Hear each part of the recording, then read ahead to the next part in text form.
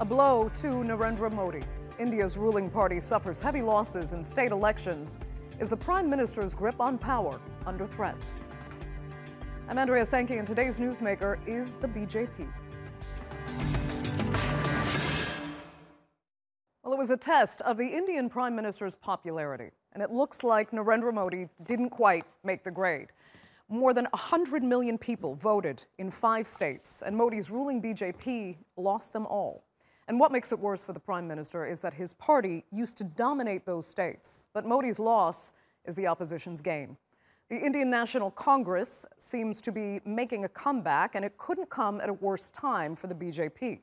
A general election is set for next year, and with Modi suffering his biggest loss since coming to power, is there a chance India could have a new leader in the not-too-distant future? Haider Abbasi reports.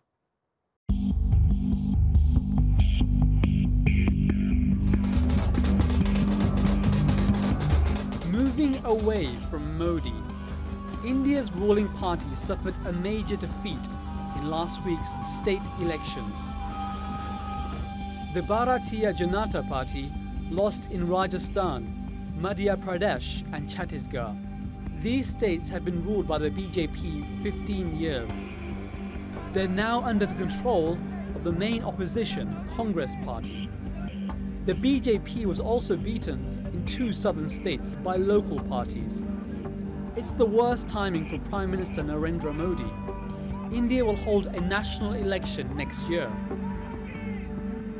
As far as the Congress Party is concerned, there can only be one result. The BJP has an ideology. We will fight against that ideology. We will defeat them. We have defeated them today, and we will defeat them in 2019. So why are some Indians turning away from the Hindu nationalist BJP? When Modi swept to power 4 years ago, he promised jobs and development. Many say he's failed to deliver. Farmers are especially angry and say they've been neglected by the government. Tens of thousands of them recently marched against Modi. In the last year and a half, we have come to New Delhi 4 times. There have been no answers or work done by the government, and according to us, this is the biggest anti-farmer government in the history of India. Agriculture is crucial to India. It makes up about 15% of India's $2.6 trillion economy. For any Indian government, getting the backing of farmers is vital. The state's demonetization policy also weakened support for Modi. The 500 and 1,000 rupee notes were phased out 2 years ago. The government said it would make it easier to collect tax and digitize the economy. But millions of people were left without any money in the world's largest cash-based economy.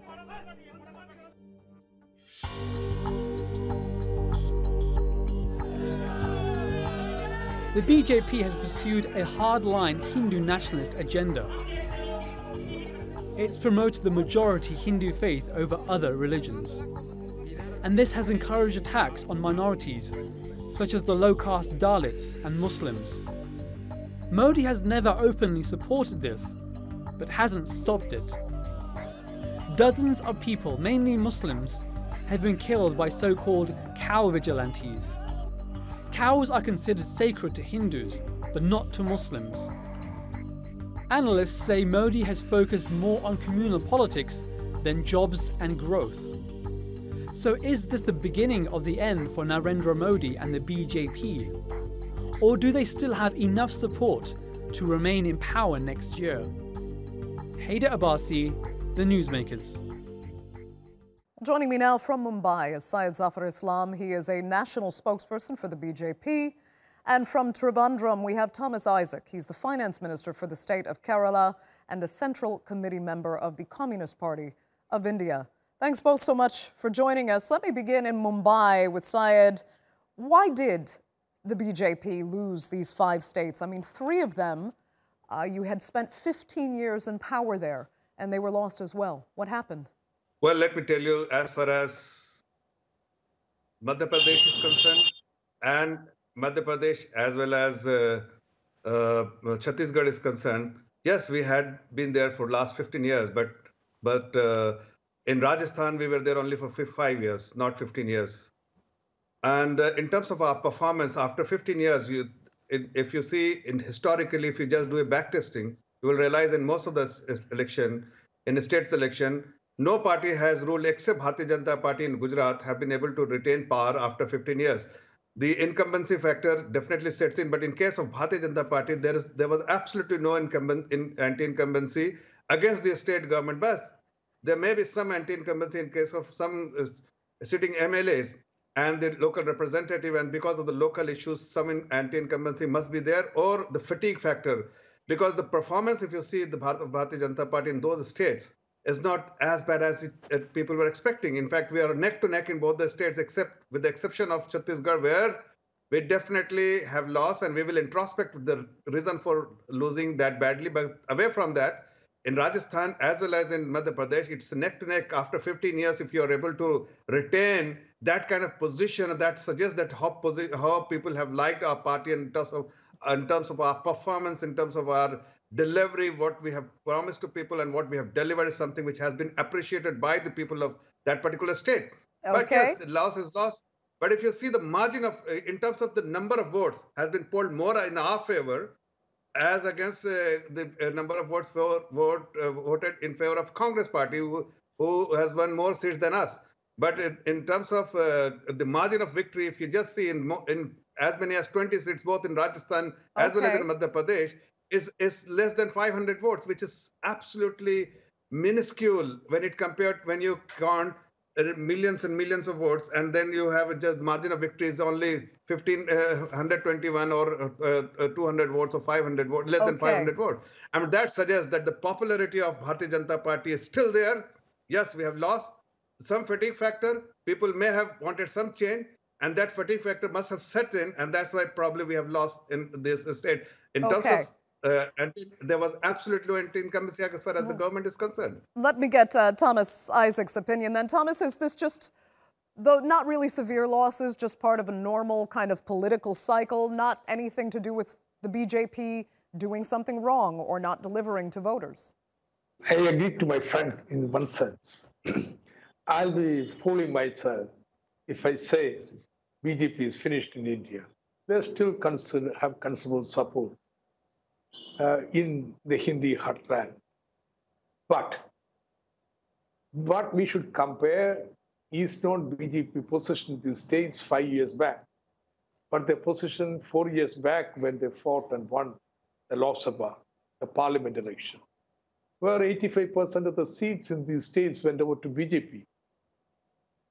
Now, reverse would have happened, not reverse, but definitely BJP is shaken. It wouldn't win majority of seats in the parliament if you go with this assembly vote. It shows that on the eve of very crucial parliament election that is coming, BJP is being undermined. One, not just disillusionment, anger, particularly in the rural areas, against what they did to the peasantry and the informal economy.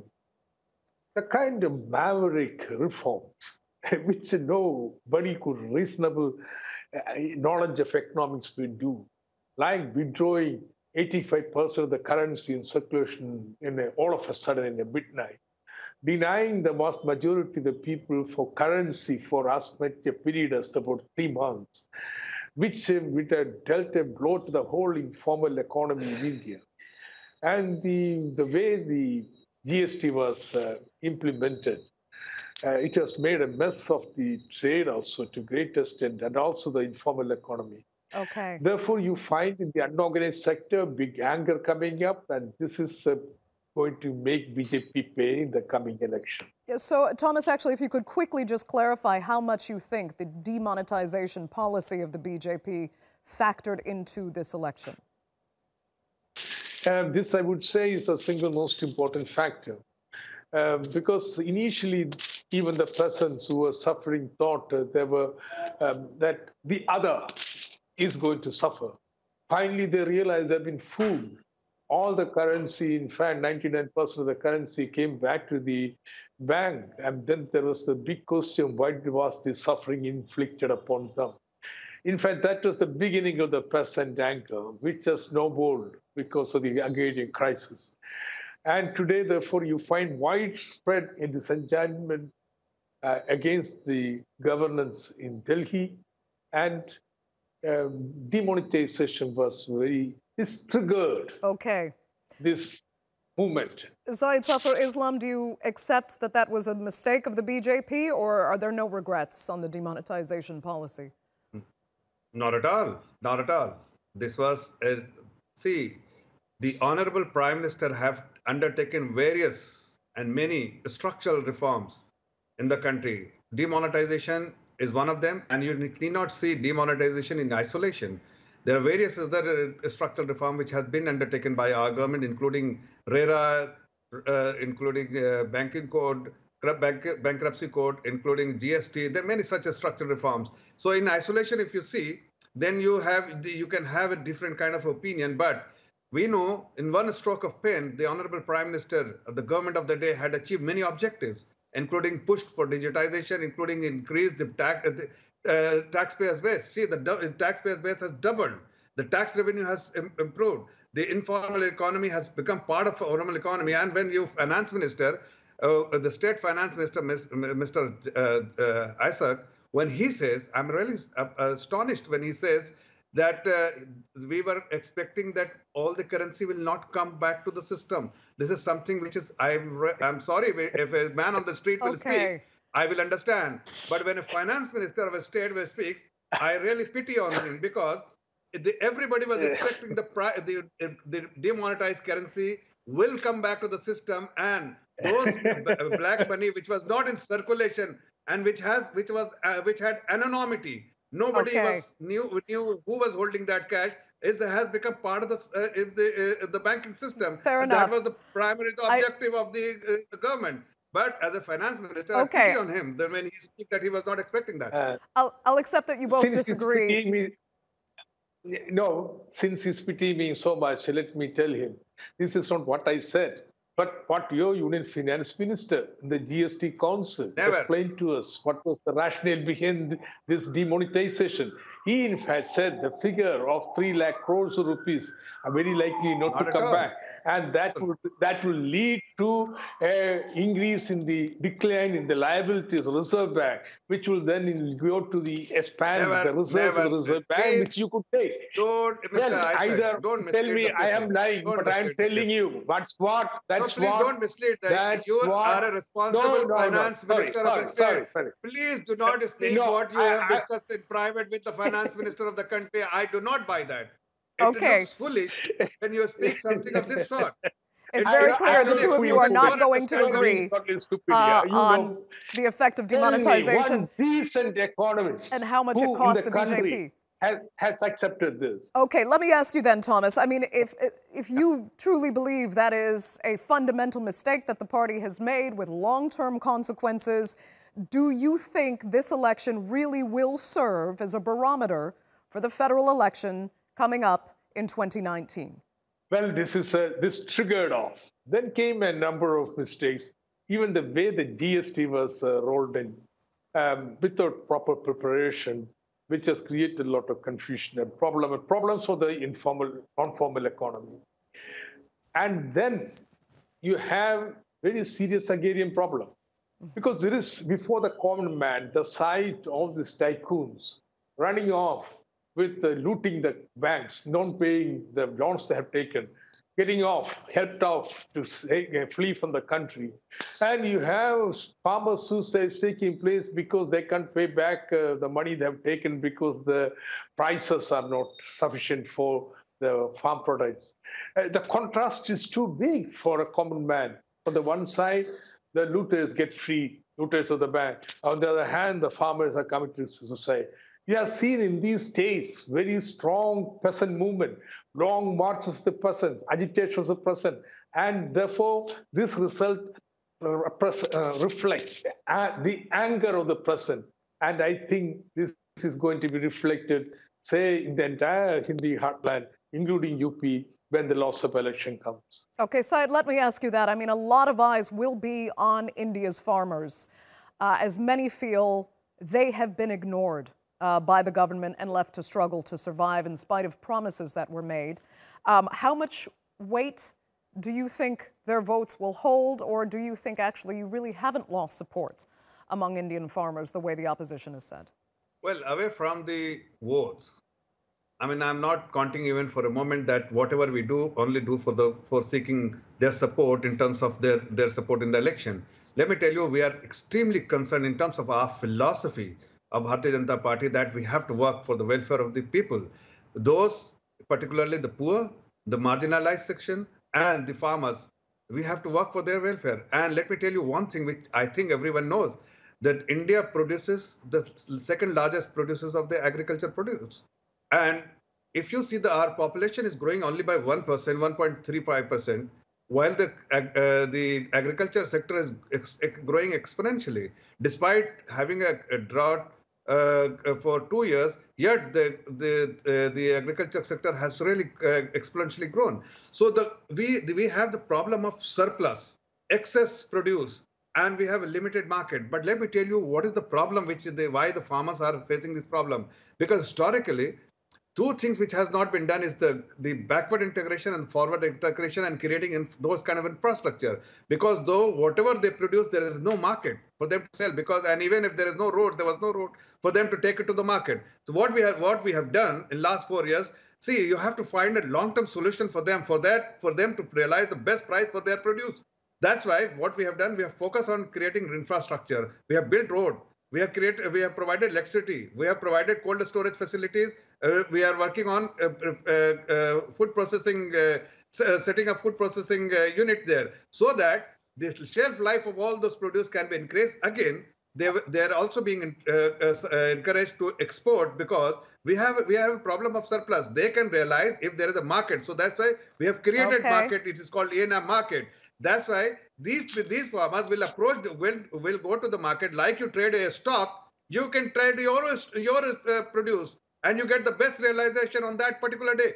These are the flaws which you had historically in the past. As a finance minister, Mr. Thomas Isaac must know that these are the issues which farmers are facing. You can give them this better MSP, but the minimum support price will not solve their problem, because in terms of the production, they are producing more than which can be consumed locally. And even unless you find a place where you can really distribute, that's why we are encouraging export, and we are creating market for them for better realization of price. Okay, Thomas, very quickly, I mean, do you think that rationale is enough to satisfy farmers who feel they've been marginalized?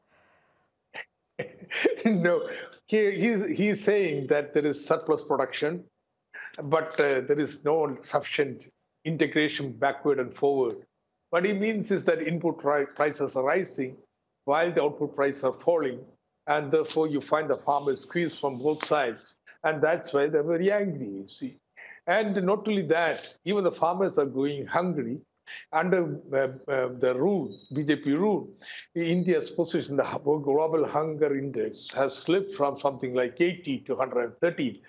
And that's the record. That's the record. There's hunger despite the so-called surplus production in the countryside. Thomas, that's really the problem. I'll stay with you quickly for this question as well. I wanted to ask you about the gains of the Congress party.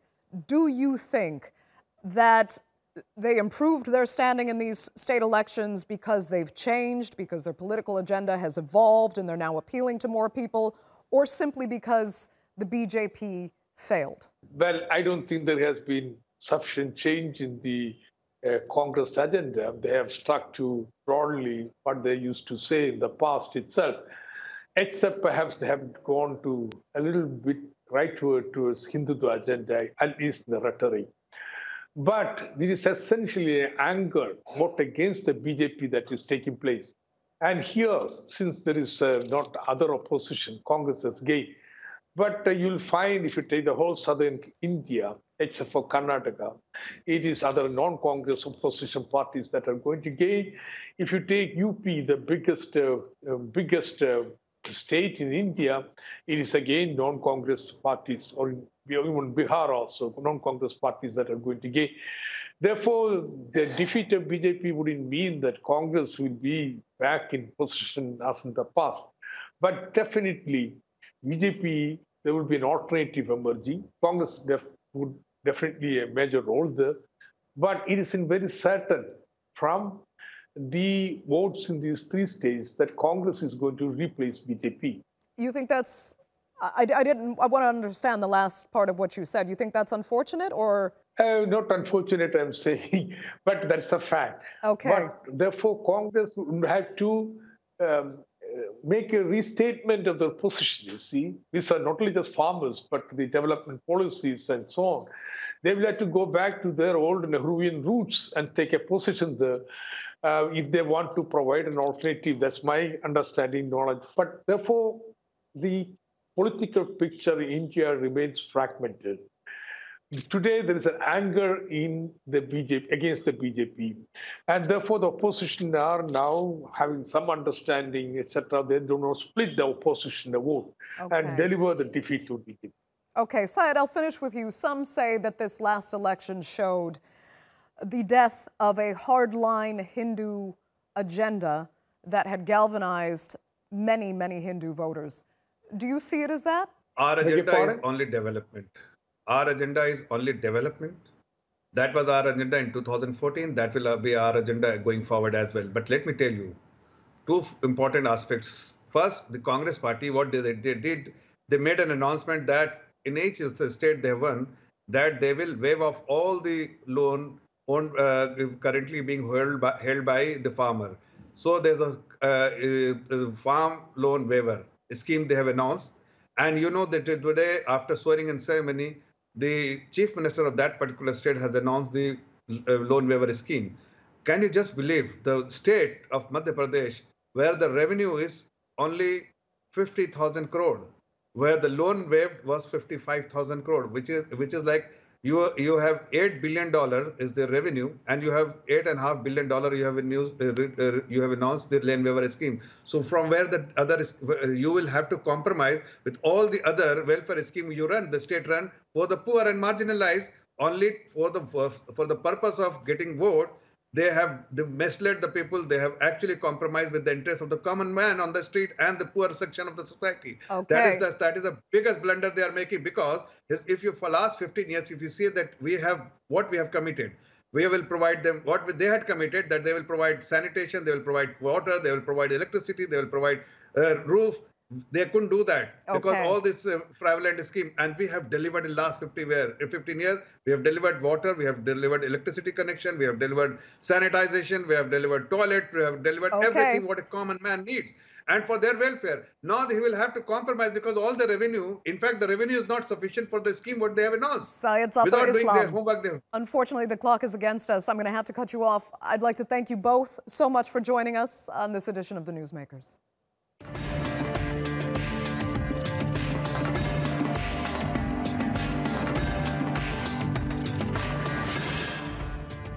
Still to come, is it tackling corruption or taking out the opposition? Some say Pakistan's Prime Minister is using corruption charges to silence his rivals.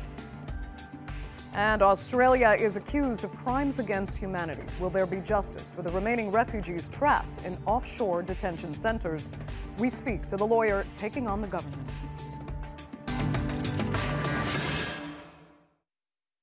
For many in Pakistan, Imran Khan has been seen as a kind of savior. When he came to power, he promised to build a new nation free from corruption.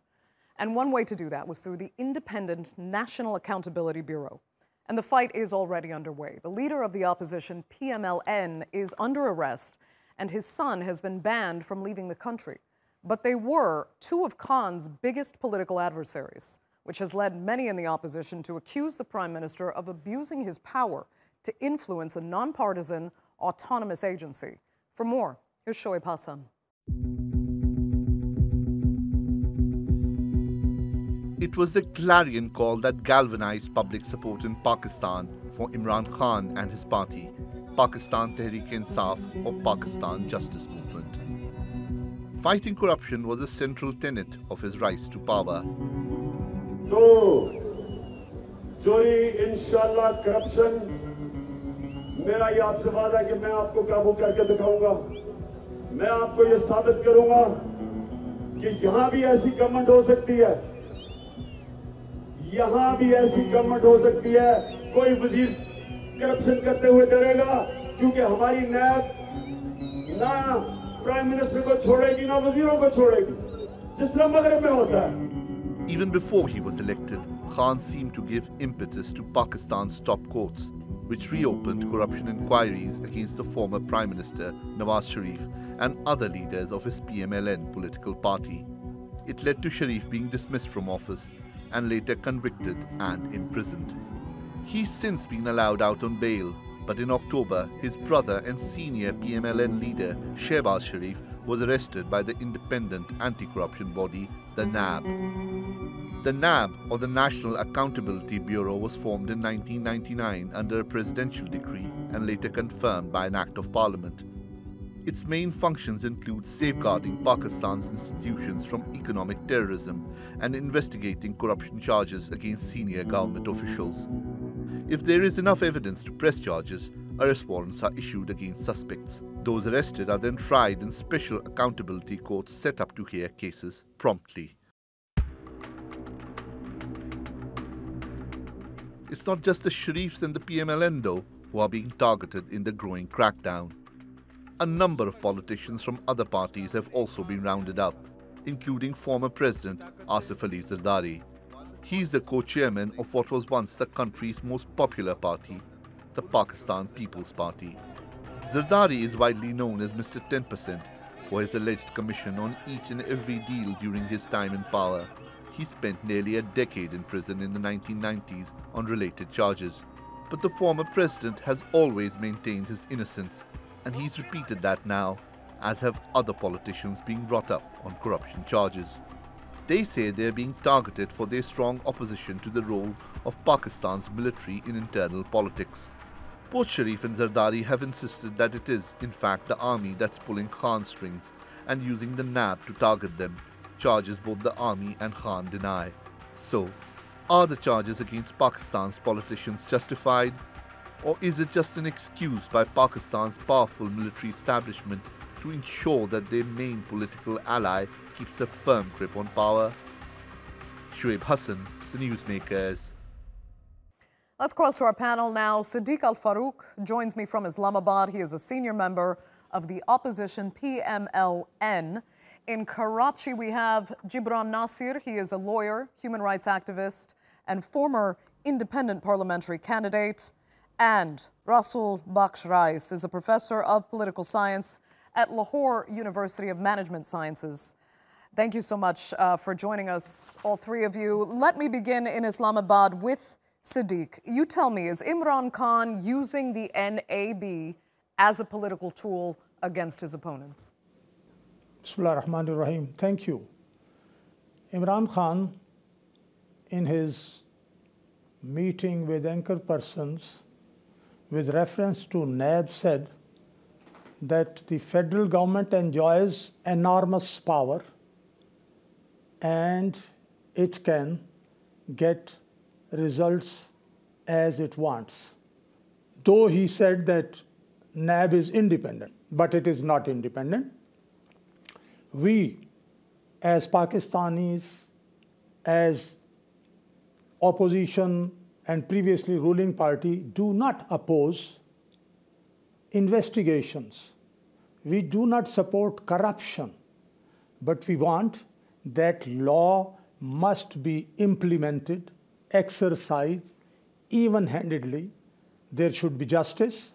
If Imran Khan himself is facing an inquiry regarding usage of provincial government's helicopter illegally, and if her sister Alima Khan is also facing such charges, and if sitting ministers, cabinet members I mean to say, and parliamentarians are facing similar charges, why they are not being arrested, and why Nawaz Sharif, Shehbaz Sharif, and PMLN parliamentarians are being arrested.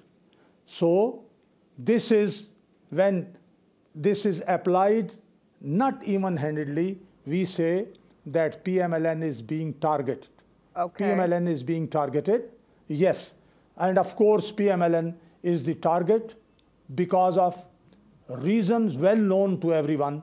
And I can't say that this can be the agenda of patriotic Pakistanis, genuine government.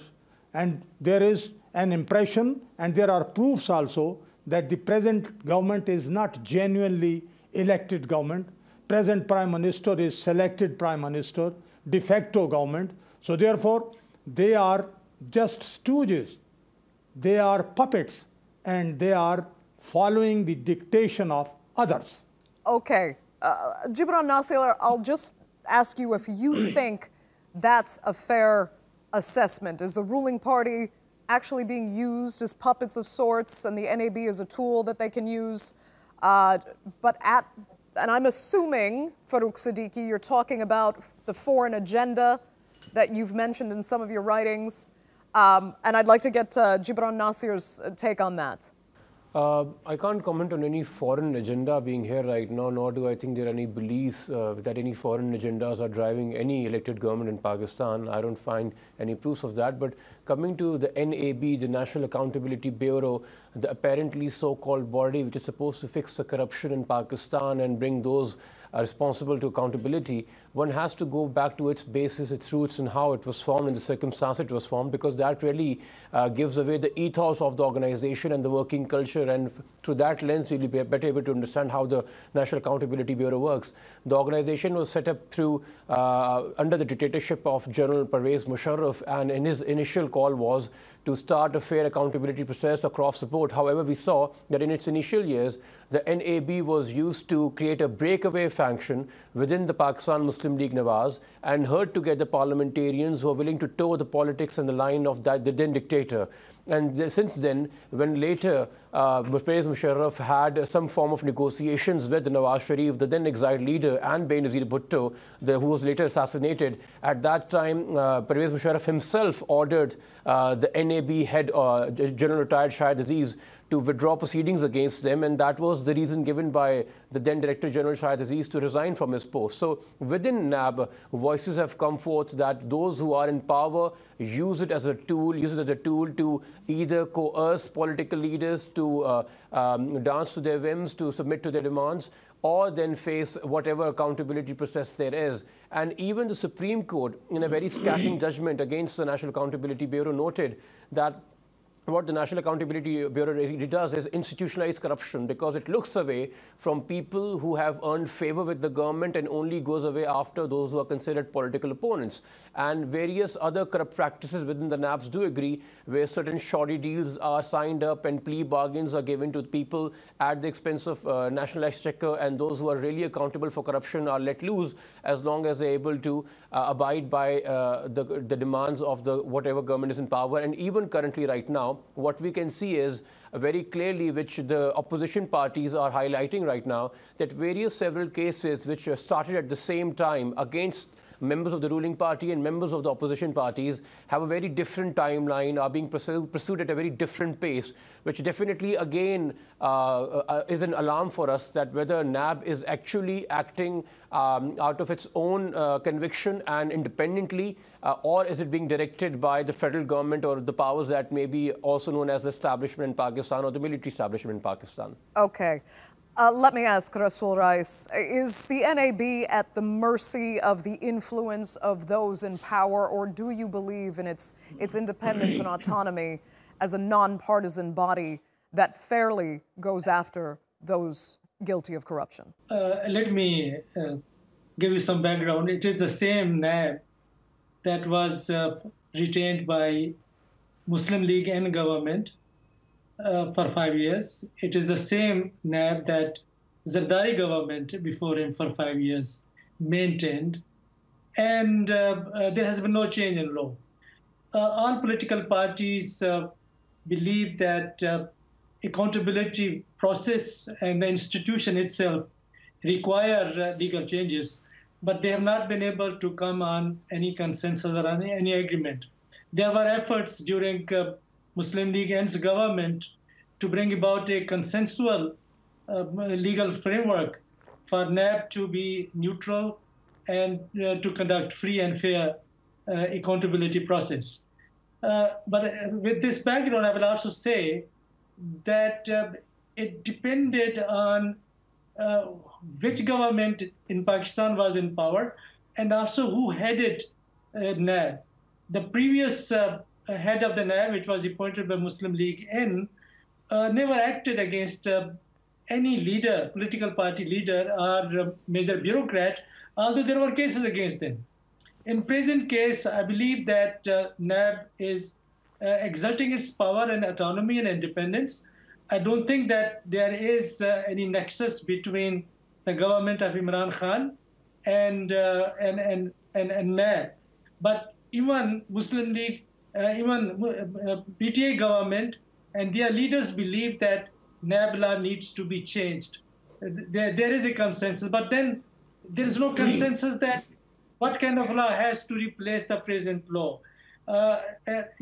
Keep in mind that 30 years have been 3 decades of robbery by public office holders.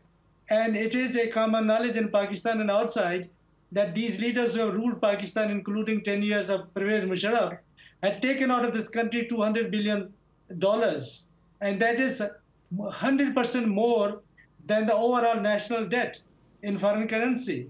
So I believe that, again, the tradition in Pakistan is that whosoever is even arrested red-handed in Pakistan, they say that it is victimization and the process is not neutral. Okay. Most of the cases the Muslim League and People's Party people are facing were the cases that were registered when they were in power, not the PTA government. Okay. Gibran, quickly let me ask you, you obviously believe the NAB is a flawed institution, but is it at least better than nothing, or do you think there is actually a better alternative?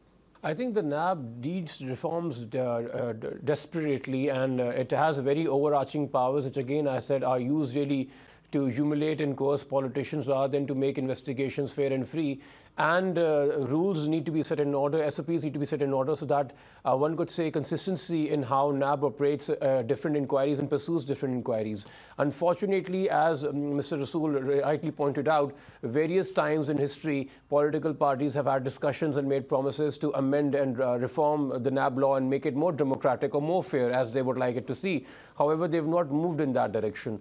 But what really does bother one is because when I initially talked about how the NAB came about, it's really not for me. The Director General and his considerations are of less concerns because they keep on changing. What really stays behind in NAB is its bureaucracy, which is very well aware on how it and its services has been used in the past. So it very well knows that it is a tool of political powering, of political manipulation, and nothing more so far, unfortunately. And that's why the credibility of the NAB has been repeatedly questioned as well.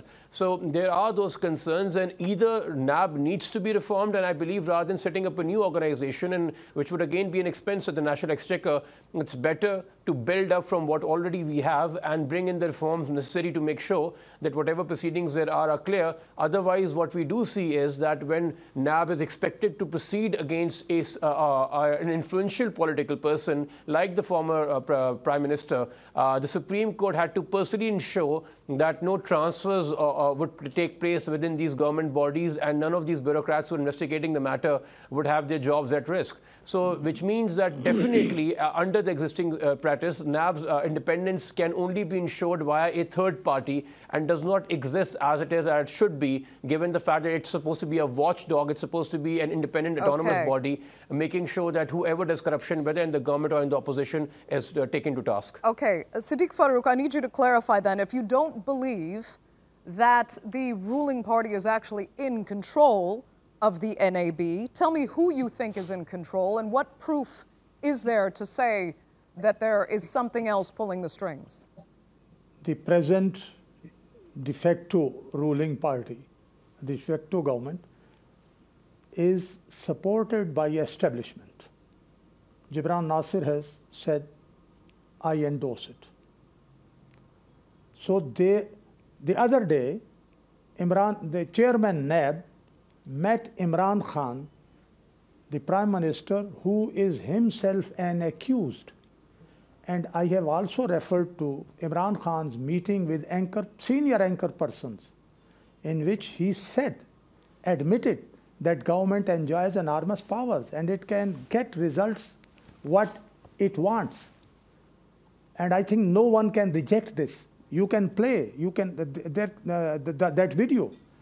Similarly, Gibran Nasir has also referred to the observations made by Apex Court in Pakistan. This Apex Court and various judges have also observed that NAB laws are draconian laws. So therefore, but I also admit that whether it was the PPP government or our government, we made the mistake not to amend these laws. Now let us see. Another very important fact to which Rasool Bakhsh Rais Sahab has referred, billions of dollars of corruptions. PTI used to say that $200 billion have been siphoned from Pakistan, but just 4 weeks back, the finance minister of the present de facto government, Asad Umar, has categorically said that it is just a joke. We don't have any knowledge of this and leave it. So I think when government itself admits, then we should not say that this much money has been siphoned off. But what presently, why the NAB is being used against opposition? Because of their poor performance. They have failed to perform. They have created a lot of problems for the people of Pakistan, and they have badly failed in 4 months. And I think very soon people will come out in the streets against them. Okay, you've been heard. Rasool Rais, let me finish with this then. In the fight against corruption in Pakistan, is the best hope to succeed in that fight, is it held in the NAB? And if so, does the agency at least need an overhaul to protect it perhaps from undue influence, or does something else need to be created? Go ahead. I think it is not just one institution, but it is every institution of the state that became politicized during past 30 years. They need to get autonomy. The police department is politicized. The judiciary has, until very recently, been politicized. NAB has been politicized. And these two parties together have been in power and have done nothing about accountability law for 10 years. 10 years is then when nations really change and transform. Where were they? And why is it that they were compromising on corruption? To say that Pakistan is not a corrupt country, have a look on Transparency International ranking on corruption. Where does Pakistan stand and where it has been for the last 30 years? And also you need to look at investigative reports in Time magazine, 10, 15 years back, in New York Times, full 2 pages of corruption of one party and one particular leaders. It is all known fact. But then the best hope is that our institutions, judiciary, NAB, Federal Investigation Agency, all these departments have to be restructured. They have to be autonomous of political influence. And then we will see that how the criminals who have looted this country will be brought to justice. People in Pakistan are sick and tired of the plunder of politicians. And not only politicians, these are just bureaucrats and industrialists. And these are not, these are allegations. But then where this money? Yes. Nothing has been proved so far. Nawaz Sharif and the family has bought properties in with the London. Force you are advocating, this is just nothing. Pakistan. Okay, Rasool Bakhsh Rais. Which State Department? Which you don't have the proof. Has it gone to a banking system? The burden of proof Sorry to interfere. Sorry to that how he obstruct. that money. Okay. Did it go on Even the NAB court, which has given judgment against Nawaz Sharif, has categorically said that no corruption has been proved against Nawaz Sharif. Even it has not been proved that these flats belong to Nawaz Sharif. Yes. Okay, and a Rasool professor Bakhsh like Rais Rasool and Bakhsh Siddique Rais Farooq. is ignoring the statement and the contents of that statement. I'm sorry. Unfortunately, I'm going to have to interrupt you, gentlemen. One who holds money and assets, it is not on the state to prove it. Okay, unfortunately, I'm going to have to interrupt it there because we are completely out of time for this segment of the Newsmakers. I'd like to thank all three of you so much for joining us. Thank you.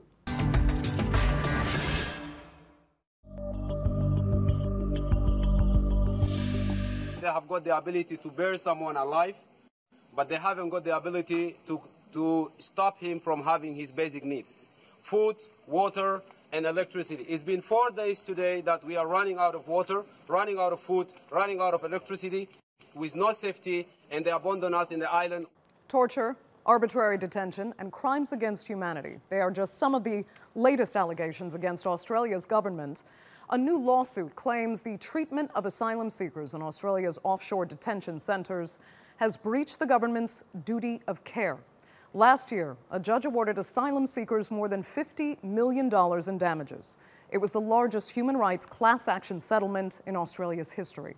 And now, it could happen again. The nonprofit National Justice Project has filed 2 class action suits on behalf of the remaining refugees, seeking damages for their mistreatment. More than 1,000 people are still stuck on Nauru and Manus Island, with most found to have legitimate claims to asylum.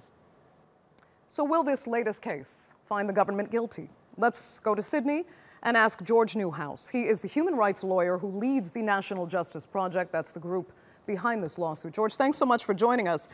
Let me ask you first what you're really hoping these lawsuits will achieve. What do you ultimately want for your clients?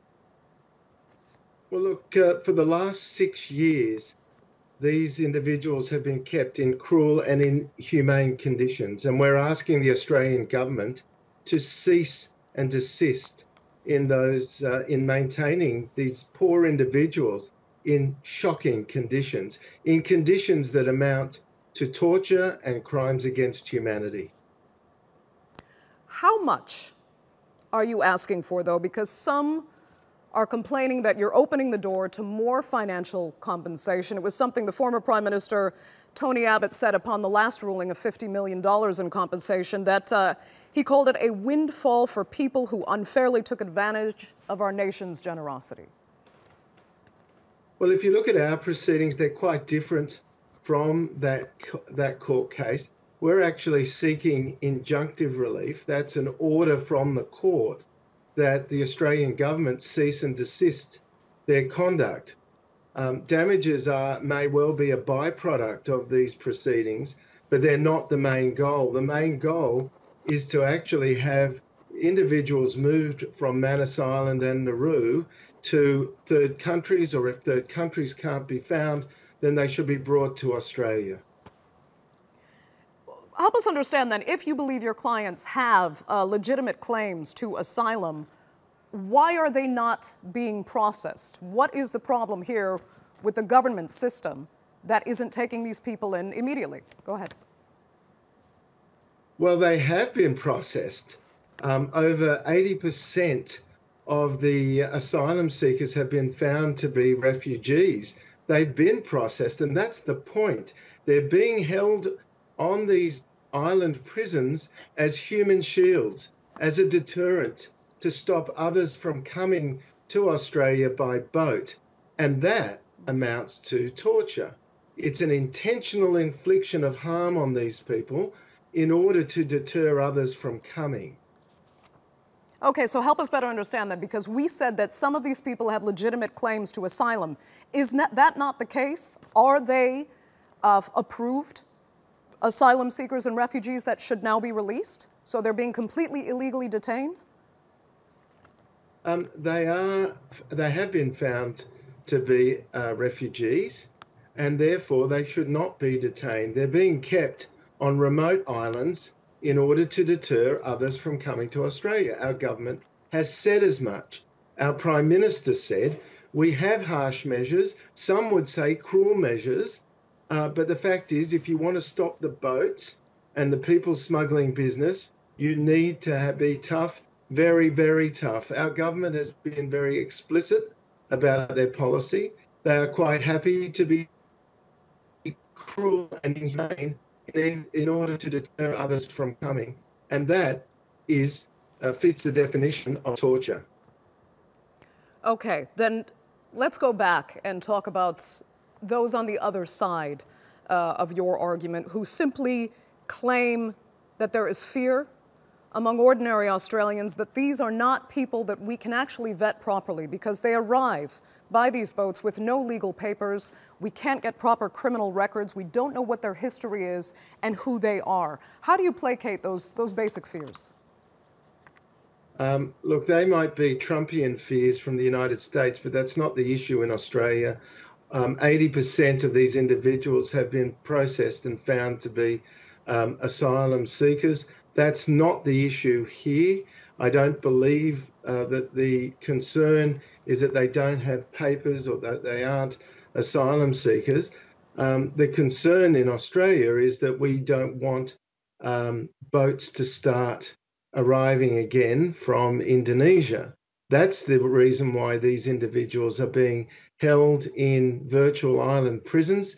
They're being held this way to teach others a lesson not to come to Australia, because if you do, you'll be held for up to 6 years on Manus Island or Nauru in very harsh conditions, in cruel conditions, in inhumane conditions. George Newhouse, unfortunately, we're going to have to leave it there. I'd like to thank you so much for joining us from Sydney.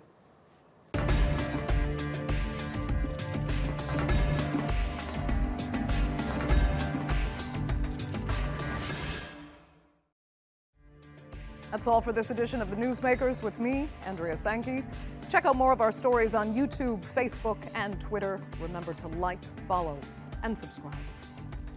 Next time, did landmark talks between Yemen's warring factions bring the country closer to peace? Until then, thanks for watching. Goodbye.